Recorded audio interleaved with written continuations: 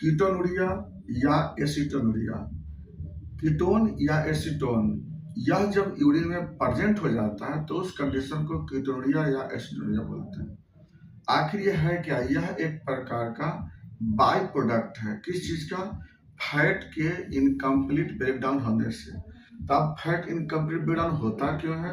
देखिए, होता क्या है कि नॉर्मल में हमारे सेल में जो एटीपी जो बनता है वो ग्लूकोज से बनता है।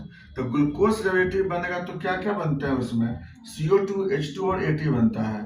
तो ये तो नॉर्मल बात है, कोई दिक्कत नहीं है। लेकिन जब किसी कारण से जब सेल में ग्लूकोज नहीं जाता है, कारण क्या होगा? या तो डायबिटीज मेलाइटस होगा या स्टार्वेशन होगा। दो केस में क्या होता है ना कि सेल में ग्लूकोज नहीं जाता है, उस केस में सेल अपना एनर्जी जो है वो फैट से बनाता है।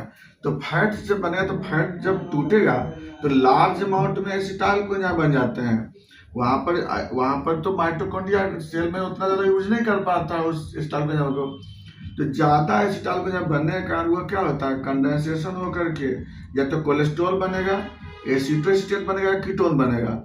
तो सेल को उसकी आवश्यकता नहीं थी, उतना फैट की आवश्यकता नहीं थी एनर्जी के लिए। तो मजबूरी में जिंदा रहने के लिए तो एटीपी बनावे करेगा वो। तो इसी कारण से कीटोन बनते हैं सेल में।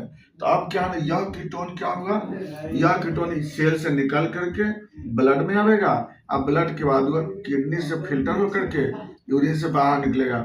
ब्लड में आएगा तो क्या कहेंगे? कीटो एसिडोसिस बोलते हैं, कीटो एसिडोसिस कहते हैं।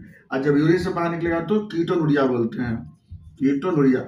तो ब्लड में रहेगा, अगर बाय ब्लड में कीटोन प्रेजेंट हो जाता है तो इसके कारण भी प्रॉब्लम हो गई, चाहे आपको vertigo, headache, dryness of mouth, gas formation, muscle pain, neurological pain, distal pain होता है, इसमें बर्निंग सेंसेशन मिलेगा आपको यूरिन में। तो ये सब आपको सिम्टम मिलते हैं। या बर्निंग पेशाब करने पे जो यूरिन में आपको फ्रूटी जैसा स्मेल भी आता है उसमें। तो आखिर इसी को हम लोग बोलते हैं कीटोनुरिया एसिडोनुरिया बोलते हैं। तो किस केस में हुआ? याद रखना हम लोग को होगा, एक डायबिटीज मेलाइटिस के केस में और दूसरा स्टार्वेशन के केस में। इसके लिए हमको इलाज करने की कोई जरूरत नहीं है, तो मैनेजमेंट है। आपको ब्लड शुगर का मेंटेन कर लीजिए, अपने ग्लूकोज क्या होगा सेल में जाएगा तब फैट नहीं टूटेगा। अब बाकी जो है नॉर्मल आप खाना खाएंगे तो उस केस में आपको नहीं पास करेंगे। ये था आपको कीटोनुरिया एंड एसिटोनुरिया।